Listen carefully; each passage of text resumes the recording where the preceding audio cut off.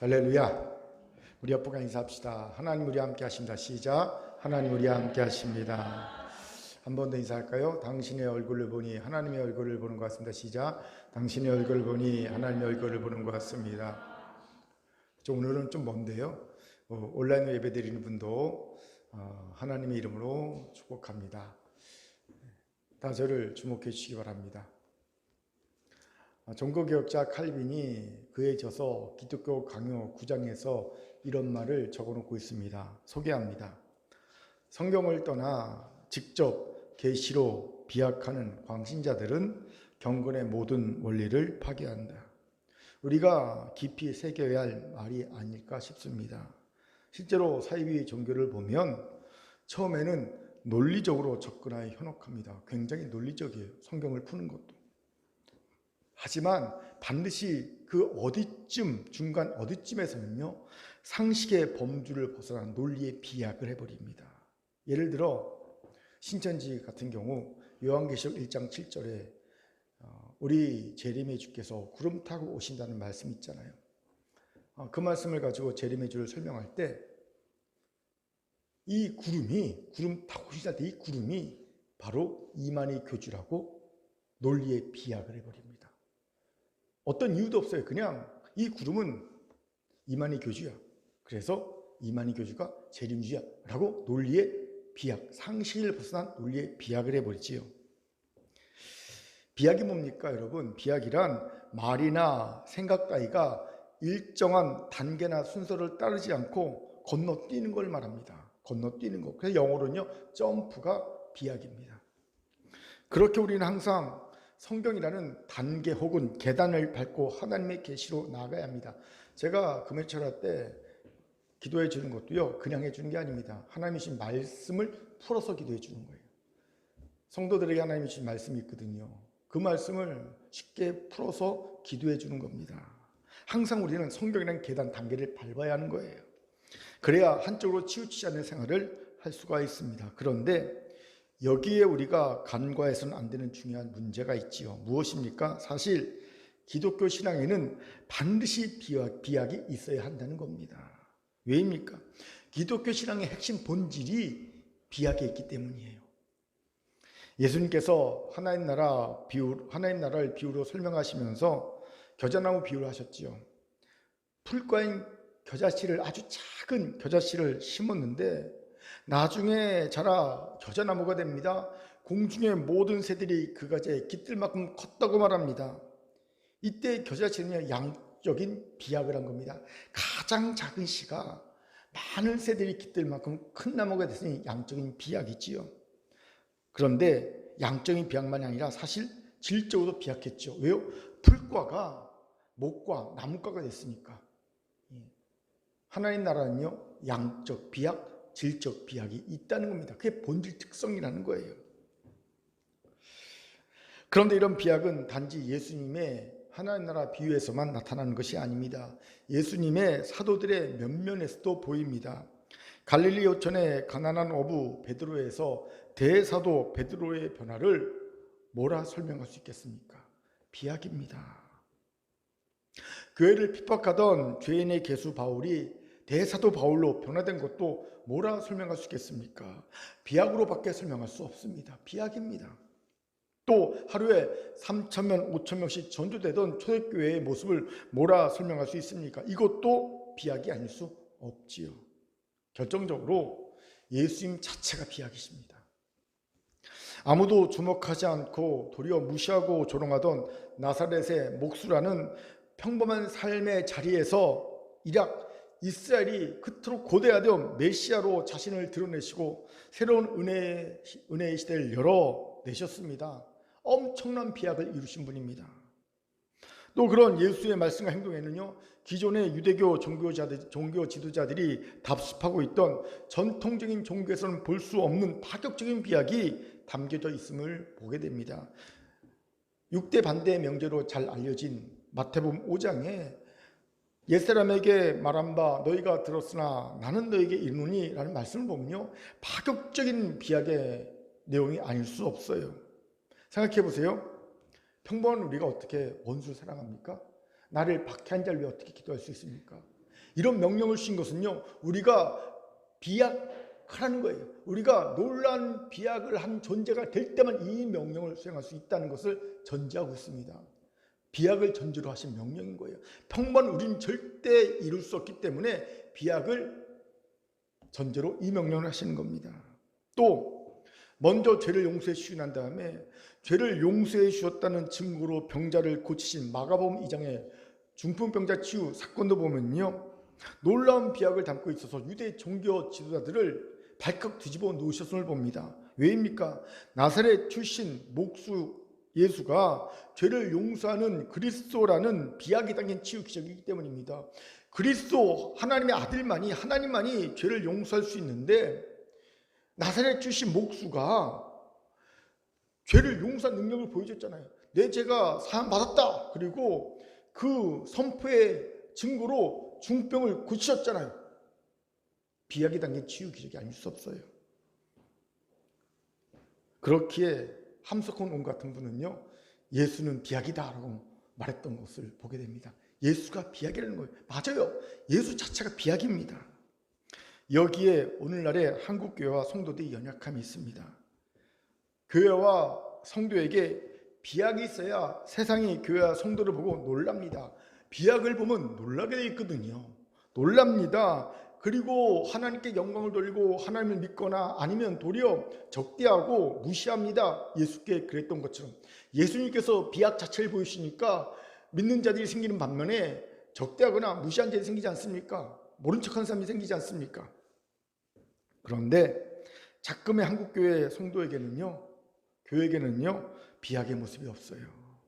마치 나비가 그 허물을 벗고 헐헐 날아가는 비약을 하듯이 그 삶의 자리에서 허물을 벗고 비약된 변화의 모습을 보여주는 성도와 교회가 없습니다. 그저 일상의 틀 안에서 세상과 별반 다를 것 없이 살아갑니다. 예수가 보여주셨던, 제자들이 보여주었던, 초대교회가 보여주었던 비약이 사라진 오늘날의 교회와 성도의 모습을 보게 됩니다. 이런 이 세상이 무관심한 거예요. 비약이 없으니 놀람이 없으니까 무시하는 겁니다. 비약이 없으니까 변화가 없으니까 무시하는 겁니다. 그렇기에 비약은 맹신자나 가지는 생각이라는 지엽적인 오해를 벗어나야 합니다. 계시를 받을 때에는 비약해서는 안 되는 것이 맞습니다. 경계하는 것이 맞습니다. 하지만 기독교의 본질과 생명의 능력 자체에 비약이 있음을 잊지 마십시오. 본질에 비약이 있어요. 능력에 비약이 있어요. 그렇게 이제 잃어버린 비약의 능력을 찾아 비약하는 성도와 교회가 되기를 주의 이름으로 축원합니다. 아멘. 자, 옆분과 인사합시다. 비약의 능력을 회복한 교회와 성도가 됩시다. 시작. 비약의 능력을 회복한 교회와 성도가 됩시다. 아멘. 이런 우리가 오늘 본문의 이삭이 주는 통찰이 귀하지요. 왜입니까? 오늘 본문에서 이삭은 놀라운 비약을 하고 있음을 볼 수 있기 때문이지요. 무슨 말인지 같이 12, 13절 크게 읽도록 하겠습니다. 시작. 이삭이 그 땅에서 농사하여 그의 100배나 얻었고 여호와께서 복을 주심으로 그 사람이 창대하고 왕성하여 마침내 거부가 되어 아멘. 우리는 그랄에 살던 이삭이 농사를 지어 100배나 얻어 거부가 되었음을 보게 됩니다. 그런데 이런 이삭의 모습은 단순히 하나님께서 그에게 재물의 복을 주셔서 거부가 되게 하셨다라는 의미를 넘어서는 놀라운 의미가 담겨져 있음을 알게 됩니다. 어떤 놀라운 의미가 담겨져 있을까요? 바로 그가 비약의 은혜를 얻어 비약했다는 거예요. 그렇습니다. 세 가지 측면에서 이삭은 비약의 은혜를 얻어 비약하고 있습니다. 먼저는 양적인 측면입니다. 그 전까지 이삭은 어찌된 일인지 거부가 아니었습니다. 분명 그의 아버지 아브라함은요, 거부였거든요. 그렇게 아브라함의 모든 재산을 다 상속받은 이삭은 마땅히 거부일 것 같은데 거부가 아닌 거예요. 요즘같이 60% 이상의 상속을 물던 시대도 아닌데 말입니다. 추정컨대 뭔가 모지만 중간에 급격한 재산의 손실이 있었지 않나 싶습니다. 아무튼 이삭은 거부가 아니었습니다. 그렇기에 오늘 본문은 마침내라는 말로 그가 마침내 거부가 됐다는 걸 얘기합니다. 그 전까지는 거부가 아니었다는 거예요. 그런 이삭이 농사를 짓습니다. 그의 100배의 소출을 얻어 거부가 됩니다. 여기서 100배란 진짜 딱 100배라는 의미가 아닙니다. 대신 100이라는 숫자는요, 충분하다, 충만하다는 뜻입니다. 즉 거부가 되기에 충분하고 충만한 소출을 얻었다는 겁니다. 그러니까 100배 이상의 소출을 얻은 거지요. 그 결과 이삭은 거부가 됩니다. 마치 작은 구멍가게 같은 회사를 경영하던 사장이 갑자기 1년 만에 재벌이 되는 경우와 똑같은 경우예요. 양적인 비약이죠. 두 번째는 질적인 측면입니다. 이삭은 유목민이었지요. 당연히 농사의 경험이 없습니다. 그런데 전혀 생소한 영역인 농사에 도전합니다. 그리고 그의 초보자 농꾼 이삭이 100배의 결실을 얻습니다. 이거 마치 나 목사가 목회만 아닌 사업을 했는데 1년 만에 재벌이 되는 거랑 똑같은 거예요. 그냥 아무 경험 없이 사업에 뚝 뛰어드는데 1년 만에 딱 재벌이 됐습니다. 생각만 해도 기분이 좋죠. 그와 같은 경우에요. 그러니까 질적인 비약을 이룬 겁니다. 마지막 세 번째는요, 영향력인 비약입니다. 영향력 측면이지요. 읽진 않았지만 블레셋 왕 아비멜렉과 군대 장관 비골이 자신들이 광야로 내쫓은 이삭을 광야까지 찾아옵니다. 이유가 뭘까요? 평화협정을 맺자는 거예요. 여러분, 한 국가가 한 개인과 평화협정을 맺는 거 본 적 있습니까? 저는 없습니다. 저는 오직 여기에서만 그것을 봅니다. 한 국가와 한 개인이 평화협정을 맺는 것은 여기에만 나타나고 있어요. 무슨 말입니까? 비약의 은혜를 받은 이삭을 보고 블레셋 왕이 놀란 겁니다. 그리고 비록 한 개인이지만 그 영향력이 국가와 맞먹을 정도로 되었다고 인정한 겁니다. 그렇게 평화협정을 맺으러 먼저 찾아온 겁니다. 아쉬운 사람이 먼저 우물물 받듯이 아쉬운 쪽이 블레셋 왕이었던 거지요. 머리를 숙이고 찾아온 겁니다. 그러니 영향력 측면에서 엄청난 비약을 이룬 거지요. 이것이 도전이 됩니다. 사랑하는 긍휼의 성도 여러분, 언제까지 세상과 똑같이 한 계단 한 계단을 밟아 성장하는 것만 꿈꾸겠습니까? 저는 이런 삶이 결코 나쁘다고 말하는 것이 아닙니다. 너무나 소중한 삶이기도 하지요. 이런 모습이 반드시 있어야 합니다. 계단 한 계단 한 계단 올라가는 벽돌 하나하나 쌓듯이 그렇게 차근차근히 성장하는 것 너무나 귀합니다. 하지만 신앙에는 또한 비약이라는 게 있다는 것도 잊지 말아야 합니다. 이 두 가지를 다 잡아야 합니다. 누에가 나비가 되는 비약이 있듯이 비약이 신앙에는 있습니다. 그리고 우리는 그 신앙의 비약을 보여줘야 하는 사명을 가진 그리스도인들입니다. 왜요? 비약을 보여줘야 세상은요 놀랍니다. 비약하는 성도를 보고 비약하는 교회를 보고 나비처럼 홀로나는 성도와 교회를 보고 놀랍니다. 그리고 하나님을 믿거나 아니면 대적하거나 둘 중 하나를 선택하게 돼 있어요. 안 그러면요 관심도 없어요. 안 그러면요 무시하고 조롱해 버립니다. 그러니까 이번 며칠 전에 저를 찾아온 제자에게 이런 얘기했어요. 너무 성실하게 사업을 하고 있어요. 참 잘하고 있다. 벽돌 하나하나 쌓듯이 꼼꼼하게 벽돌 쌓고 있어요. 정말 소중하게 사업을 하더라고요. 잘한다. 하지만 신앙에는 한쪽 측면이 더 있다. 비약이라는 측면도 있다. 이것도 놓치지 마라. 제가 조언해 줬던 기억이 있습니다. 마침 말씀을 묵상하고 있었기에. 여러분, 비약이라는 것이 있습니다. 이것도 우리가 챙겨야 합니다. 어떻게 비약할까요? 이삭에게 배웁시다. 도대체 어떻게 이삭은 비약의 은혜를 얻어 비약하게 되었을까요? 가짜로 봅시다.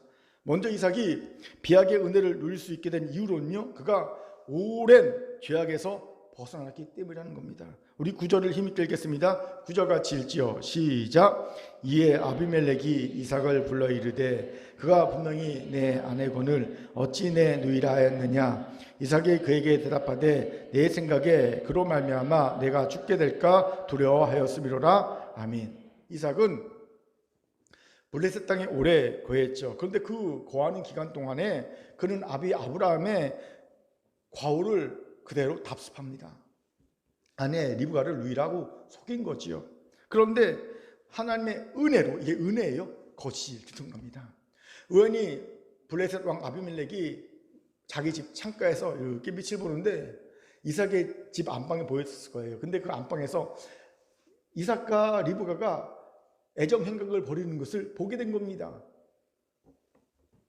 아마도 이삭이 블레셋에서 귀족 대접을 받으며 살았던 것 같습니다. 왕궁 옆에는 귀족들만 살 수 있었으니까. 그리고 어쩔 수 없이 이삭은요 자신의 거짓을 실토합니다. 타의로 된 거지만 오랫동안 그를 얽매고 있던 거짓에서 드디어 벗어난 겁니다. 오랫동안 아내를 누이라고 속였던 거짓에서 이삭이 드디어 해방된 거예요. 그리고 이것이 이삭의 비약의 은혜를 얻게 된 첫 번째 이유입니다. 왜입니까? 죄악은요 우리를 묶는 강력한 사슬이 되기 때문이에요.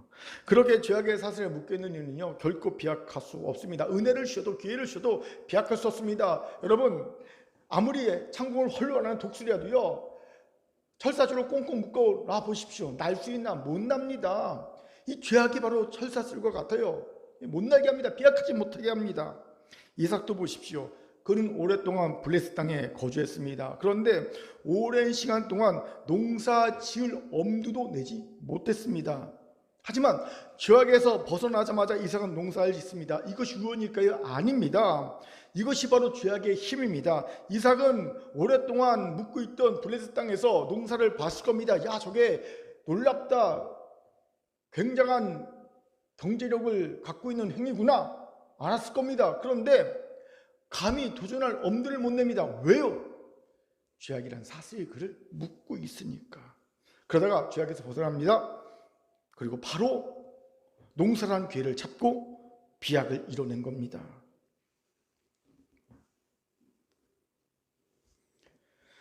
저는 실제로 이런 이들을 열어보았습니다. 분명히 그 삶에 하나님이 비약을 이룰 수 있는 기회를 주셨어요. 그런데 그 기회를 본인도 알면서도 못 잡더라는 거지요.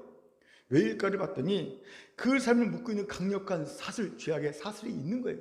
그래서 비약이라는 은혜를 하나님이 주셨음에도 그걸 자기 것으로 못 누리는 겁니다. 안타까운 일이 아닐 수 없어요. 그렇기에 하나님은 비약의 은혜를 주시기 원하는 개인과 공동체에게 먼저 옛 죄악과 결별할 것을 요구하십니다. 애굽의 종이었던 이스라엘 백성을 하나님의 택하신 족속이요 왕같은 제사장이요 거룩한 나라로 비약시키기 위해 하나님은요 이스라엘 백성을 출애굽시키셨고요 시내산에서 십계명을 주셨지 않습니까? 옛 죄악으로부터 결별을 요구하신 겁니다. 비약하려면 이게 필요하니까. 또 갈릴리 어부 게바라는 초라한 존재에서 예수의 수제자 베드로라는 지고한 신분으로 비약하기 위해 베드로는요 배와 고기와 그물과 아비를 버리고 즉시 예수를 쫓습니다. 옛 생활과 결별합니다. 그렇게 비약하길 원하십니까? 자신을 묶고 있던 옛 생활의 사슬, 옛 죄악의 사슬을 끊어야 합니다. 여기에 우리의 연약함이 있어요. 놀랍게도 죄악의 사슬을 끊어버리면 비약한다는 사실을 아는 이들이 꽤 됩니다. 내가 지금 비약하지 못하는 것은 내가 죄악의 사슬에 묶여있기 때문이야 압니다. 그런데 죄악의 사슬을 끊지 않습니다. 그리고 비약을 포기해버립니다. 이런 일이 놀랍게도 많아요. 왜일까요? 두 가지 이유 때문입니다. 첫째는요, 오랜 죄악에 주는 안도감이에요. 안도감 때문이라는 거예요. 여러분, 죄악도요, 오래되면 내 인격이 됩니다. 내 삶이 됩니다. 마치 오래된 내 똥배가 너무 친근해 보이듯이. 예? 오래되면요, 이거 버릴 생각 못 하고요, 그냥 갖고 갈 생각하거든요. 그렇게 되는 것 같아요. 예. 그래서 죄악도 오래되면요 그 죄악이 편해집니다. 그 죄악이 오히려 안도감을 줍니다. 반면 비약은요 급격한 변화가 예상되지요. 변화에는 반드시 불편함이 뒤따릅니다. 그리고 변화에는 위험도 뒤따릅니다. 그리고 변화에는 변화를 따라가려니까 노력도 뒤따릅니다. 불편함, 위험, 노력이 힘들잖아요. 그러니까 차라리 안도감을 주고 편함을 주는 오랜 죄악에 머무르는 걸 선택하는 거예요. 비약하면 좋은 줄 압니다. 그런데 그것보다는 오랜 죄악이 더 나은 거예요. 그래서 오히려 죄악의 사슬을 끊지 않고 죄악 속에 머무는 경우를 보게 됩니다. 마치 아브라함의 조카 롯이 소돔성이 죄악의 도성인 걸 알았고 또 죄악의 도성 소돔성을 벗어날 몇 번의 기회가 있었음에도 불구하고 여전히 소돔성에 머물렀던 것과 똑같은 이유입니다. 이건 소탐대실이에요. 얻는 것보다 잃는 것이 훨씬 더 많습니다. 지롭게 생각해야 합니다. 두 번째는 오랜 죄악의 사슬 끊을 능력이 없기 때문입니다. 그렇습니다. 우리에게는요 죄악과 싸워 이길 능력이 없습니다. 여러분 잘 들으세요. 원래부터 우리가 죄악과 싸워 이길 능력이 있었으면요 죄악의 사슬에 묶이지도 않아요.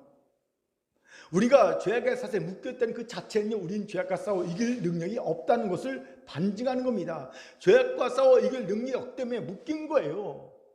그런데 우리는 가끔 착각합니다. 내가 죄악과 싸워 이길 수 있을 것처럼, 내 능력으로, 내 힘으로, 내 의지로 죄악과 싸워 이길 수 있을 것처럼 착각합니다. 절대 이길 수 없어요. 이러니 매번 작심삼일이 되는 거예요. 그렇게 여러분 주의 보혈을 의지해야 합니다.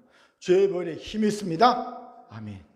죄에서 자유를 줄 능력이 주의 보혈에 있습니다. 아멘. 육체의 정을 이길 힘이 주의 보혈에 있습니다. 아멘. 시험을 이길 힘이 주의 보혈에 있습니다. 아멘.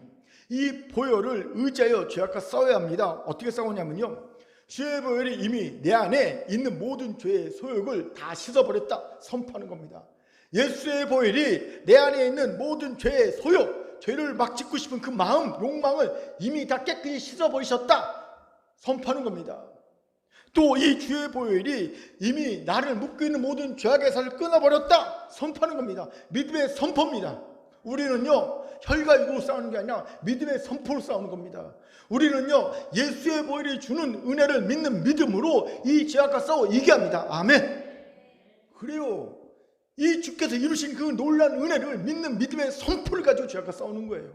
행위로 싸우는 게 아니라. 그러면 이깁니다. 사랑하는 큰교회 성도 여러분, 여러분을 묶고 있는 죄악의 사슬 오늘 끊어버리세요. 그때 비로소 이미 하나님이 주신 비약의 은혜와 기회들이 보일 겁니다.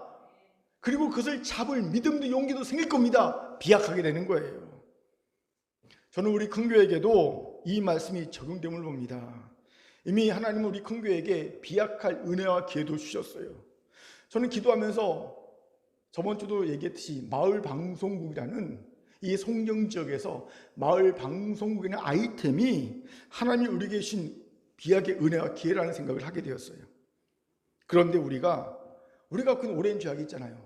무관심, 나만 생각하는 이기주의, 글쎄 그럴까 불신, 난 못하겠어 불순종.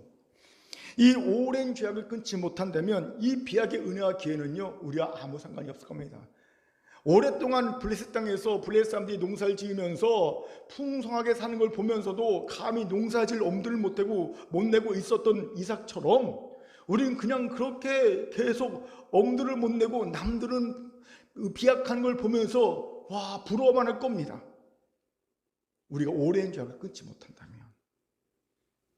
그렇게 우리 가운데 있는 이런 오랜 죄악들을 오늘 끊어내야 합니다. 예수의 보혈로. 그리고 비약합시다. 이 은혜가 우리 큰교회와 여러분에게 있기를 주의 이름으로 축원합니다. 아멘. 자, 옆분과 인사합시다. 오랜 죄악을 끊고 비약의 은혜를 누리십시다. 시작. 오랜 죄악을 끊고 비약의 은혜를 누리십시다. 아멘.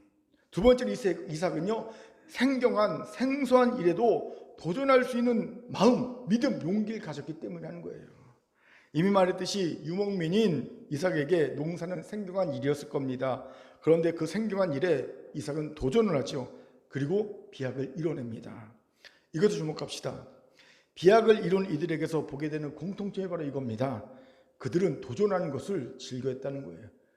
새로운 일에도 그들은 과감하게 도전했다는 겁니다. 이 부분에서 제게 도전을 주는 38살의 청년이 있어 소개합니다. 이름은 박재민입니다. 사진을 봅시다. 아마 대부분의 분들은 저게 누구지? 생소할 겁니다. 저도 세상을 바꾸는 15분의 시간이 하는 세바시라는 프로그램이 있어요. 이 세바시라는 프로그램에서 저 청년이 나와서 강의하는 것을 보기 전까지는 알지 못했던 청년입니다. 이 박재민이라는 청년은요, 서울대학교 사범대학 체육교육과를 졸업하고요, 서울대학교 행정대학원을 나와서 지금까지 많은 작품에서 활동하고 있는 12년차 배우입니다. 근데 배우만이 아니라 한국의 유명한 비보이 클럽이 있어요. 비보이 크루의 멤버입니다. 그리고 비보이입니다. 그다음 MC입니다. 그리고 스노우보드 선수이자 평창올림픽 KBS 스노우보드 해설위원입니다. 그리고 서울예술종합대학교 무용예술학과 전임 교수입니다. 그리고 농구 프로농구 선수입니다. 그리고 3세3 길거리 프로농구 연맹 이사입니다. 38살밖에 안 됐는데 이력과 경험이 정말 화려하지요. 그런데 이 청년이 세바시 강연에서 이런 얘기를 하더라고요. 자신은 모든 도전을 단순히 취미가 아닌 프로를 목표로 했다는 거예요. 한 예로 스노보드를 배우고 또 배우려고 할 때도 도전하는 것도 처음부터 취미란 게 아니라 시작할 때 아예 스노보드 선수 협회에 선수로 등록을 해놓고 그리고 배우기 시작했다는 거예요. 선수들과 함께. 자기는 스노보드 선수 중에서 프로 선수 중에서 남들이 못 가진 기록을 갖고 있대요. 프로 선수가 초등학교 아이야 시합에서 진 유일한 프로 선수라는 경험을 기록을 자기가 갖고 있다고 하더라고요. 예. 자신이 여러 분야에 프로를 목표로 도전했더니 두 가지 면에서 놀라운 변화가 있었다고 얘기합니다. 첫 번째는요, 놀랍게도 각 분야에서 비약적인 성장이 일어났다는 겁니다. 20살부터 10년 동안 프로들과 경쟁하다 보니까 어느새 자신이 전문가 프로가 되어 있다는 거예요. 그래서 그 결과 프로 비보이 전국대회에서 우승도 해보고요, 농구 대잔치 전국대회에서 준우승도 해보고요, 스노보드 전국대회에서 우승도 해보고요, 12년 동안 뜨지는 못했지만 각종 드라마, 영화, 연극, 뮤지컬들에 계속 출연했더라고요. 작품이 굉장히 많더라고요. 계속 해오고 있다는 거예요. 두 번째는요, 각 분야의 전문가가 되어보니까 각 분야사의 틈이 보이고요, 그 틈을 이용해서 자신이 비약적인 성장을 하는 발판을 삼았다는 겁니다. 그 예로 자신은 체육교육학을 전공했는데 비보이를 겸하다 보니까 새로운 길이 보여서 서울예술대학교에서 비보이 이론을 가리키는 전임 교수를 하게 되었다는 거예요. 비보이 이론과 교육학을 접목시킨 거예요. 비보이하고. 그리고 또 프로농구 선수지 않지만 농구 선수인데 자기가 부전공으로 경영을 전공했다 보니까 농구하고 경영이 접목돼 갖고 틈이 보여서 접목돼서 국내 유일한 3대3 길거리 농구를 만들어서 연맹 이사를 하고 있다는 거예요. 또 스노보드 하면서 국제 심판 자격증을 땄는데 또 스노보드 선수잖아요. 그러니까 스노보드 선수와 국제 심판 자격증 딱 두 가지를 갖고 이렇게 보니까 틈이 보여서 평창 올림픽 때 KBS 스노보드 해설위원으로 일하게 됐다는 거예요. 참 놀라운 청년이지요. 저는 우리 모두가 이 청년처럼 되자고는 절대 말을 못합니다. 될 수도 없어요. 우리는 일단 여러분 키가 안 되고요, 얼굴이 안 되고요, 머리가 안 돼요. 아무나 서울대학교 들어가는 게 아니잖아요. 그렇죠? 그럼에도 제가 이 청년을 소개한 이유는요, 생경한 분야지만 도전하기를 두려워하진 마음 때문입니다. 이 청년 말합니다. 도전은 내 삶에 주는 기회였다는 거예요. 나는 도전을 통해 내 삶에 기회를 줬다는 겁니다. 새로운 분야에 계속 도전함으로 나는 내 삶에 기회를 줬다는 거예요. 근데 그냥 취미로 도전한 게 아니라 모든 도전에 다 프로를 목표로 도전했다는 거예요. 모든 걸 다 프로로 목표를 삼고 경쟁하고 도전했다는 겁니다. 그랬더니 38살에 누구도 갖추지 못한 이력과 경력을 쌓게 된 거지요. 사실 우리가 갖기 쉽지 않은 마음이죠. 우리는 한 가지라도 잘하려고 하잖아요. 한 가지만 실패하지 않으려고 하지요. 평범한 이들은 한 가지라도 잘해야 살 수 있으니까 괜히 뱁새가 황새 쫓아가다가 가랑이 찢어진다 그런 마음으로 어떻게든 한 가지 바들바들 붙잡고 살아가고 있지요. 그런데도요, 꼭 기억하고 싶어요.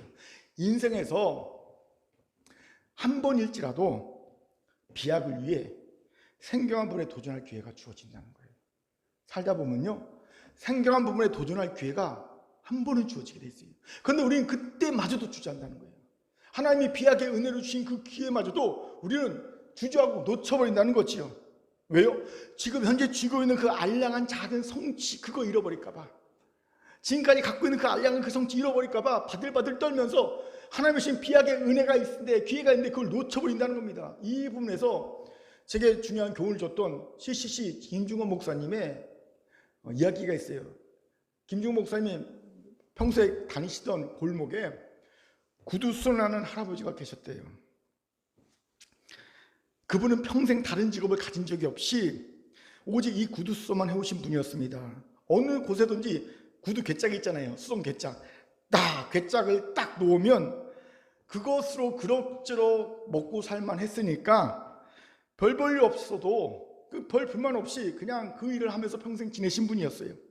그런데 유교가 끝난 다음에 친구가 살 길이 막막하니까 일자리가 없으니까 할아버지 옆에서 보조를 하러 왔대요. 그런데 기술이 없으니까 보조를 못하고 대신 옆에다가 보자기 깔아놓고 그 수건 그리고 뭐 비누 이런 일용품 있죠. 일용품을 칫솔 이게 파는 일을 했대요. 그런데 꽤 잘 팔리는 거예요. 수지가 맞는 거예요. 처음에 보자기 펴놓겠는데 그러다 보니까 그 친구가 괴짝을 놓고 그다가 이 일용품 비누, 칫솔, 수건 뭐 이런 거 팔기 시작했는데 근데 그 너무 잘 팔리는 겁니다. 그러니까 옆에다가 조그만 구멍크게 내고 그걸 판 거예요. 너무 잘 된 거예요. 그래갖고 큰 부자가 됐다는 거예요. 친구가. 이 할아버지가 친구 이야기를 하면서 자기의 이 구두 괴짝은 고마운 거래요. 이것 때문에 평생 먹고 살았으니까 너무 고마운 것이에요. 하지만 이 괴짝이 없었으면 자기도 보따리 장사를 해서 친구같이 부자가 되지 않았을까라는 마음이 들면서 왠지 손해본 느낌이 든다고 얘기하더라는 겁니다. 예? 너무 고맙잖아요. 구두 괴짝 이것 때문에 먹고 살았으니까 자식 키웠으니까 평생 이것만 하고 근데 친구를 보면서 이거 없었으면 내가 친구처럼 부자가 되지 않았을까라는 생각을 하면서 왠지 손해본 느낌이 든다고 하더라고요. 제가 이 할아버지의 얘기에 공감이 됐어요. 왜요? 우리도 그 수준이기 때문입니다. 우리도 괴짝에 주는 작은 유익을 포기하지 못한 채 새로운 것에 도전하지 못하는 거예요. 이 괴짝 때문에. 이제 묻겠습니다. 여러분에게 괴짝은 무엇입니까? 그렇게 하나님은요 종종 우리에게 비약을 주시기 위해 강제로 우리가 소중히 붙잡고 있는 이 구두 괴짝 치워버리십니다. 그래야 하나님이 쓰실 만한 일꾼으로 비약할 수 있기 때문에. 모세에게 그것은 애굽의 왕자 신분이었어요. 하나님이 모세에게 애굽의 왕자 신분을 치워버리시죠.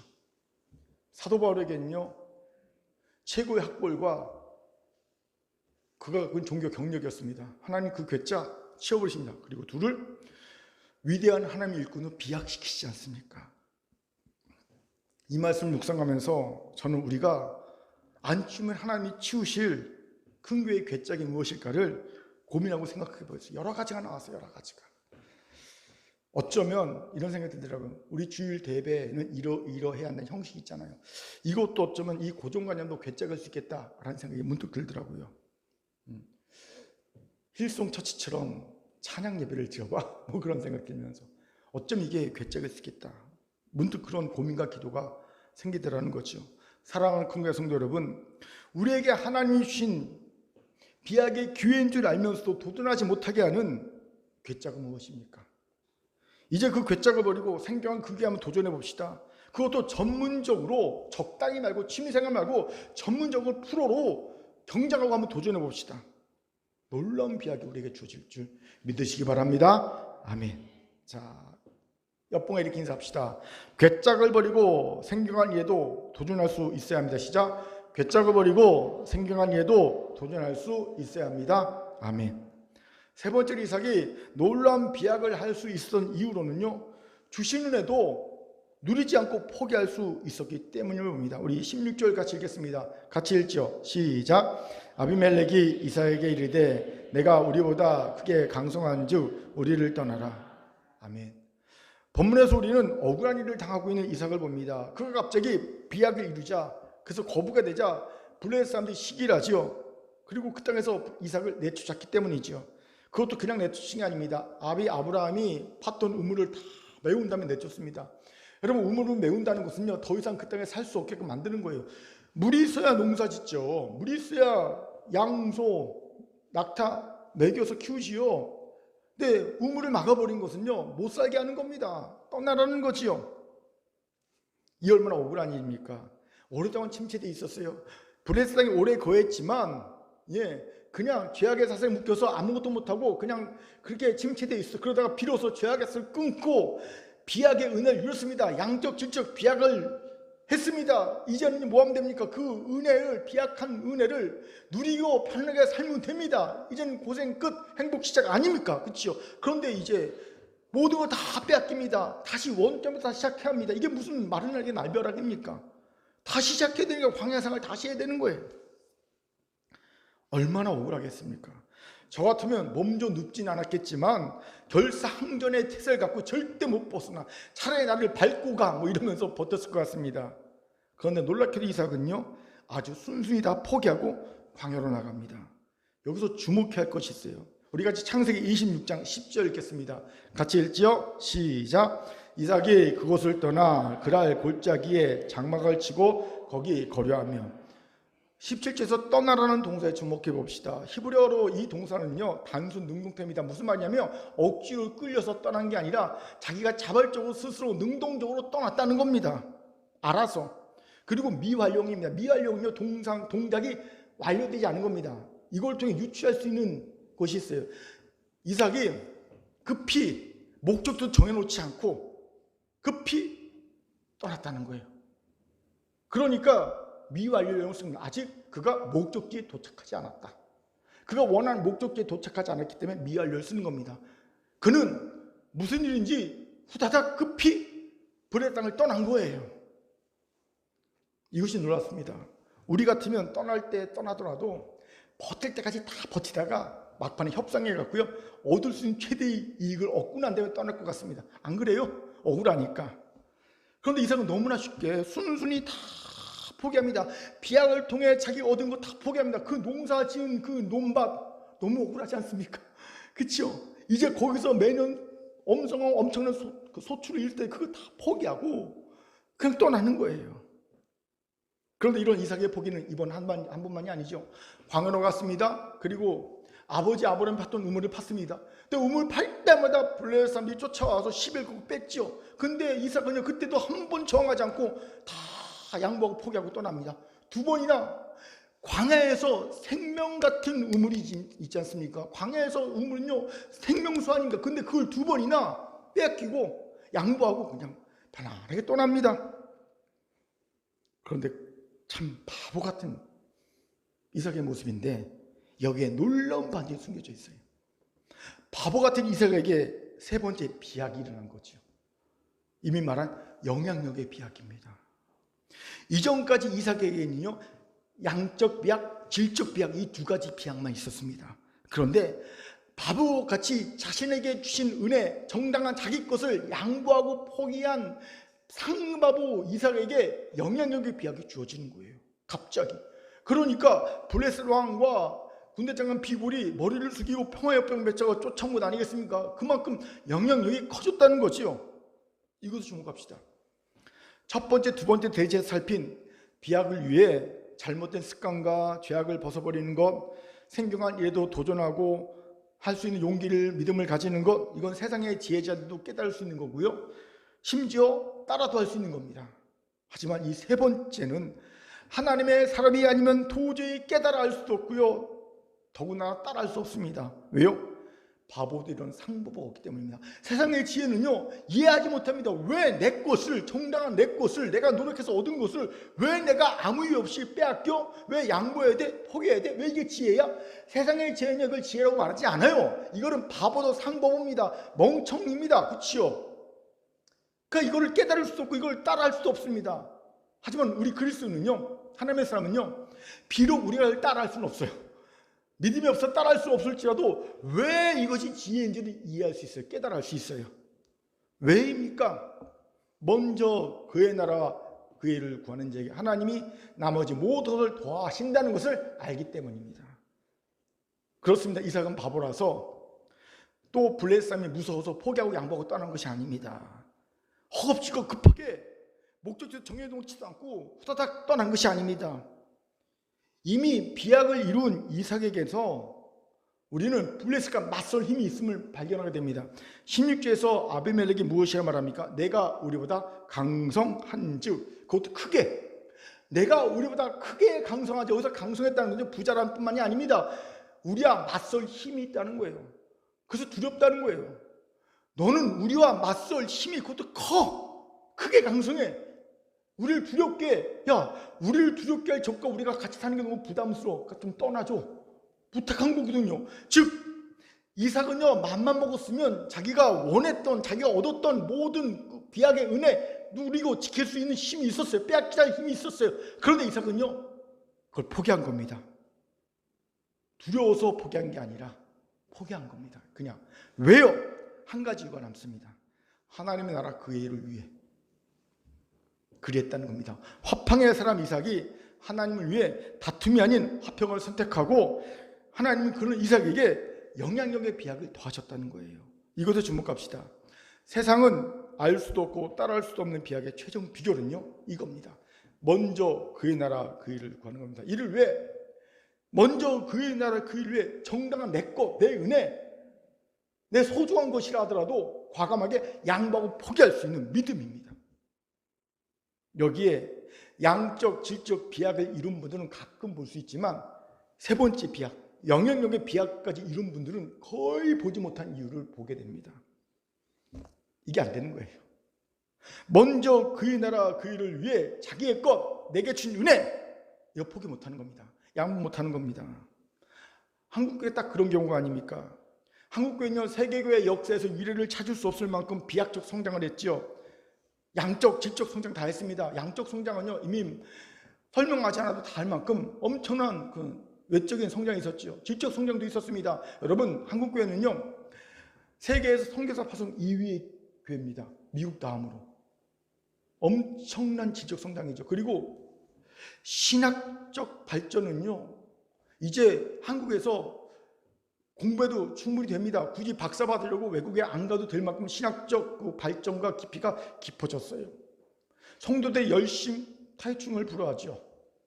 그리고 사회에서 사회 지도층 중에 기독교인이 차지하는 퍼센테이지는요, 대단합니다. 여러분, 여권, 대권 후보 중에 이낙연 씨 안수 집사고요, 정세균 총리 안수 집사고요, 이재명 집사 아닙니까? 이게 한국교회의 현실입니다. 질적인 비약을 이뤘죠. 그런데 놀랍게도 한국교회는요, 영향력의 비약은요, 이루지 못했어요. 도리어 비약이 아닌 퇴보를 거듭하고 있습니다. 왜 이렇게 되었을까요? 하나님이 은혜를 주신 양적, 질적 비약을 먼저 그의 나라와 그 일을 위해 양보하지 않고 포기하지 않았기 때문입니다. 물론 저는 한국교회가 음지에서 빛도 없이 이름도 없이 봉사 헌신한 것을 너무 잘합니다. 너무 자랑스럽습니다. 하지만 보이는 부분에서 한국교회는요, 양보하지 않고 포기하지 않습니다. 교회 세습해서 막 넘겨주려고 애를 썼고요, 부동산 투기에 막 애를 썼고요, 온갖 보이는 부분에서 더 많이 움켜쥐고 세상보다 더 많이 움켜쥐어야 하는 모습을 너무 극렬하게 보여줬습니다. 그러니 가장 중요한 영향력의 비약을 이루지 못하고요, 이제는요, 얻었던 양적, 질적 비약마저 사라지고 있어요. 영향력의 비약이 이루지 못하니까 이것마저도 사라지고 있는 것을 보게 됩니다. 그렇게 다시 먼저 그의 나라 그 일을 구할 수 있어야 합니다. 이를 위해 정당한 내 것이라도, 내 은혜라도 양보할 수 있어야, 포기할 수 있어야 합니다. 하나님을 위해서라면, 하나님의 나라와 하나님의 교회와 성도를 위해서라면 내 것, 정당한 내 것, 그것도 양보하고 포기할 수 있어야 합니다. 이건 개교회 성도들이 마찬가지입니다. 여러분, 우리가 먼저 그의 나라 그 일을 구하면서 하나님 나라와 그 일을 위해 내 것을 양보 포기할 수 없는 한 영향력의 비약은요, 절대 이룰 수 없습니다. 그런 의미에서 제가 고민하고 기도하는 것이 바로 마을방송국이에요. 여러분, 마을방송국은요, 교회가, 성도가 내 것을 주장하는 한 절대 이룰 수 없습니다.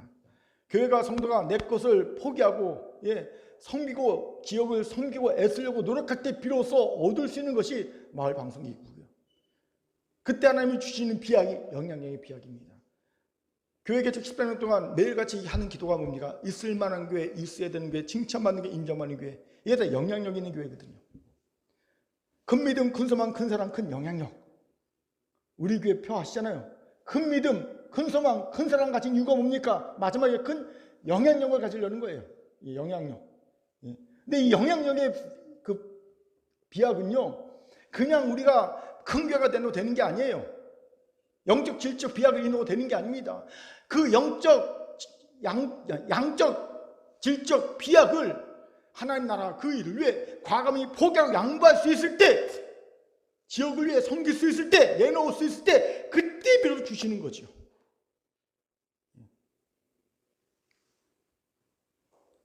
그렇게 여러분, 결단해야 합니다. 사랑하는 긍휼 성도 여러분, 이제 우리 양적, 질적 비약에 만족하지 맙시다. 이제 한 걸음 더 나아가 우리 교회가 갖고 있는 원래부터 개척하면서 세워졌던 이 영향력의 비전, 이 영향력의 비약까지 이뤄냅시다. 오늘 이 결단 우리 가운데 있기를 주의 이름으로 축원합니다. 아멘. 따라합시다. 먼저 그의 나라와 그의 일을 구해 영향력의 비전까지 이룹시다. 시작. 먼저 그의 나라와 그의 일을 위해 영향력의 비전까지 이룹시다. 옆분과 다시 한번 인사합시다. 영향력의 비전까지 이룹시다. 시작. 영향력의 비전까지 이룹시다. 비약까지 이룹시다. 다시 한번 영향력의 비약까지 이룹시다. 시작. 영향력의 비약까지 이룹시다. 아멘. 이제 말씀 마치죠. 실존주의 철학자 키에르케고르가 이런 말을 한 것이 있어요. 진리를 찾고자 한다면 역설적이게도 비약을 감행해야 한다. 이게 어렵게 들으면 어려운 말이지만 쉽게 이해하면 되게 쉬운 말입니다. 무슨 말입니까? 진리신 하나님을 찾고 만나려면 우리의 이성, 논리로, 경험으로 절대 찾고 만날 수 없다는 겁니다. 하나님은 우리의 이성과 논리, 경험 너머에 계신 분이기 때문에. 그렇기에 하나님을 찾고 만나려면 이성과 경험과 논리를 건너뛰고 점프해서 비약해서 만날 수 있다는 겁니다. 근데 우리의 이성과 논리와 경험을 점프하는 비약하는 게 뭔지 아세요? 믿음입니다. 믿음을 통해서만 하나님을 만나고 찾을 수 있다는 거예요. 여러분, 믿음에는요, 우리의 이성과 경험과 논리를 무시하는 게 아니지만 믿음에는요, 이 모든 것을 건너뛰게 하는 힘이 있습니다. 믿음에는요. 무슨 말입니까? 그러니까 우리는 믿음을 가지고 죽은 자에게 일어나라 명할 수 있는 거고요. 믿음을 가지고 무리를 걸을 수 있는 거예요. 믿음을 가지고 저 산들로 들려 바다에 던지라면 던져지는 걸 믿게 되는 거예요. 논리가 아니잖아요. 이건 비약이잖아요. 그렇죠? 여러분, 신앙에서는요, 비약은 본질이자 핵심이라는 거예요. 그렇게 성도들은 비약할 수 있어야 합니다. 아니, 비약해야만 합니다. 그래서 세상에 놀람을 줘야만 합니다. 예수께서 그러셨듯이, 초대교회가 그랬듯이 비약을 통해 놀람을 줘야 합니다. 하지만 비약은 단순히 양적인 비약, 질적인 비약에 머물러서는 안 됩니다. 영향력 비약까지 가야 합니다. 저는 우리 큰교회가 여러분이 2020년도에 비약한 한 해가 되길 바랍니다. 이 말씀을 받으면서 약속을 받은 거예요. 하나님, 이 말씀을 아멘하며 자기 것을 받은 성도에게 2020년도가 비약의 한 해가 되게 해주시 믿습니다. 약속의 말씀을 받은 거예요. 근데 그 비약은요, 여러분, 양적 비약으로 끝나면 안 되고요, 질적 비약으로 끝나면 안 됩니다. 어디까지 가야 합니까? 영향력의 비약까지 가야 합니다. 이 믿음의 고백을 이걸 자기 거로 받으세요. 이런 자에게 하나님이 역사하실 겁니다. 이를 위해 오늘 주신 말씀 새겨야 합니다. 어떻게 비약했습니까? 먼저는요, 오랜 죄악의 쌀을 끊어야 합니다. 소탐 대실하지 말고 예수의 볼을 의지해서 오랜 죄악의 삿을 끊으세요. 두 번째로 생경 안에도 도전할 수 있는 믿음과 용기를 가지세요. 이를 위해 그 괴짜 버릴 수 있어야 합니다. 하나님이 강제로 치우시기 전에. 세 번째, 먼저 그의 나라를 그 일을 구하기 위해 내게 주신 은혜, 내꺼 양보 포기할 수 있는 믿음의 용기가 있어야 합니다. 이러할 때 분명 2021년도 우리 큰교회 또 여러분 모두 급격한 비약을 이뤄서 세상을 놀라게 하고 많이들 구원하는 하나님의 큰 일꾼이 될 줄 믿습니다. 하나님이 말씀했습니다. 아멘. 기도합니다. 사랑과 자비하는 참 감사합니다. 하나님, 2021년도 우리 약속하셨습니다. 비약을 이루어라. 하나님, 우리가 비약하기 원합니다. 우리의 삶이 비약하기 원합니다. 우리 교회 공동체가 비약하기 원합니다. 우리의 가정이, 직장이, 사업장이 비약하기 원합니다. 하나님, 이를 오늘 말씀을 심령에 쓰게 하시고 아멘을 받아들이며 하나님 오늘 말씀대로 행하기 원합니다. 순종하기 위해 삶을 살아내기 원합니다. 우리 금교회 성도들에게 이 믿음의 결단과 은혜를 더하여 주옵소서. 감사드리며 예수님 이름으로 기도합니다. 아멘.